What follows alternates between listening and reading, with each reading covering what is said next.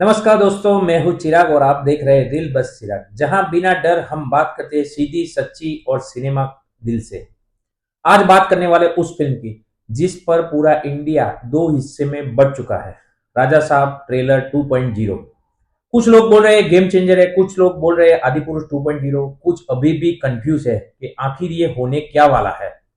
तो चलिए पूरे क्लियर शब्दों में मैं समझाता हूं कि असल में राजा साहब का खेल क्या है। सबसे पहले थोड़ा फ्लैशबैक देख लो। एक वक्त था जब 5 दिसंबर को धुरंधर और राजा साहब आमने सामने टकराने वाली थी। चारों तरफ से आवाज आ रही थी कि भाई टकराओ मत, पीछे हट जाओ। लेकिन राजा साहब पीछे नहीं हटे, बल्कि रिलीज एक महीना आगे खिसका दी। अब जब प्रभास की दूसरी फिल्म का टाइम नजदीक आ रहा था, तब भी धुरंधर एक महीना बाद आकर लाइन में खड़ा है। और ठीक इसी मौके पर राजा साहब का ट्रेलर 2.0 आ जाता है और यहीं से गेम की दिशा बदल सकती है। अब ट्रेलर के बाद हालत यह है कि जनता दो हिस्सों में बटी हुई है। आधी बोल रही है कुछ नया है, आधी बोल रही है ये तो गड़बड़ है। अगर मुझसे पूछा जाए तो मैं इसे रखूंगा 60-40 का रेशियो। वजह साफ है, इस बार मेकर्स ने पहली बार ऑडियंस की बात सुनी है। पहले ट्रेलर पर जो नेगेटिविटी आई थी उसे हल्के में नहीं लिया था। इस बार जानबूझकर हर तरह का मसाला डाल दिया गया है ताकि हर टाइप का दर्शक ट्रेलर में अपनी पसंद की चीज पकड़ सके। हॉरर को बेस बनाकर रखा गया है, लेकिन कॉमेडी का वजन ज्यादातर डायलॉग्स पर छोड़ा गया है। और ईमानदारी से कहूं तो प्रभास को इतना रिलैक्स होकर परफॉर्मेंस करते हुए बहुत टाइम के बाद देखा है। एक्सपेरिमेंट करना हर एक्टर के बस की बात नहीं होती। इस मामले में प्रभास रिस्क लेने से डरते नहीं हैं। लेकिन यही एक सवाल उठता है, जब ट्रेलर में ही सब कुछ दिखा दिया तो थिएटर में सरप्राइज क्या बचेगा। फाइट्स, हॉरर के एलिमेंट्स, संजय दत्त के किरदार की झलक, बहुत कुछ पहले ही खोल दिया गया है। कुछ चीजें जैसे हिप्नोटिज्म वाला एंगल या कुछ सपोर्टिंग कैरेक्टर्स अगर सीक्रेट रहते तो असर ज्यादा तगड़ा होता।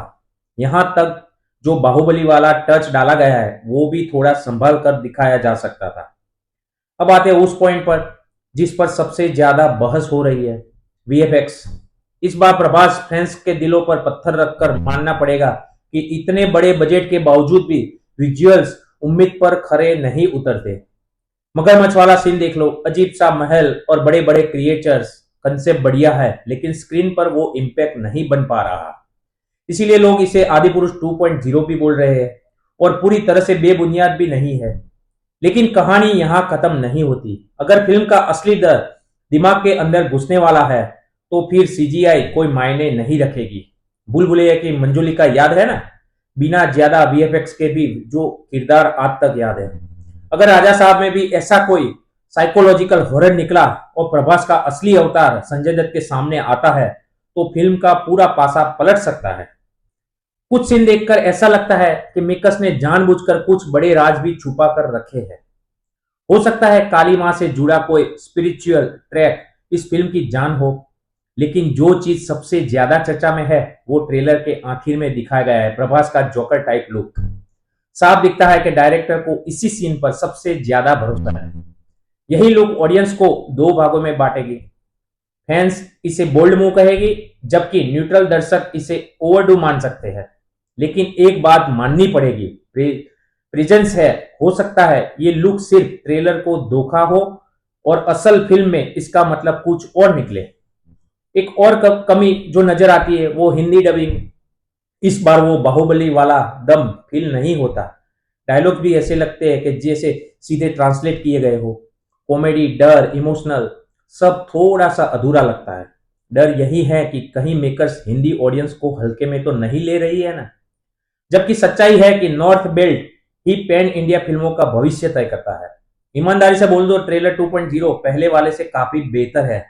फिल्म का स्केल भी ऊपर गया है, लेकिन प्रभास के नाम के साथ उम्मीद भी डबल हो जाती है, नेगेटिविटी भी।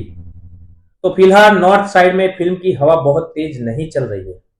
ऐसे में कंटेंट को एक्स्ट्रा ऑर्डिनरी होना पड़ेगा, वरना बाहुबली तो दूर आदि पुरुष जैसा भी कलेक्शन मुश्किल हो जाएगा। मेरे हिसाब से राजा साहब के पास होने को कुछ खास नहीं है। ये फिल्म या तो पूरी तरह पिटेगी या फिर सबको चुप करा देगी।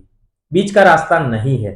अगर भूल भुलैया जैसा कोई दिमाग हिला देना वाला ट्विस्ट आ गया तो फिल्म आधी लड़ाई वहीं जीत लेगी। अब बारी है आपकी। आपको क्या अच्छा लगा, क्या बुरा लगा, धुरंधर पहले या राजा साहब की हवेली? अगर आपको ये वीडियो पसंद आया तो वीडियो को लाइक करो, चैनल को सब्सक्राइब करो और कमेंट में बताओ राजा साहब हिट या मिस। ऐसे ही बिना फिल्टर किसी कंटेंट के लिए जुड़े रहो रील बस चिराग चैनल के साथ। मिलते हैं अगले वीडियो में। धन्यवाद।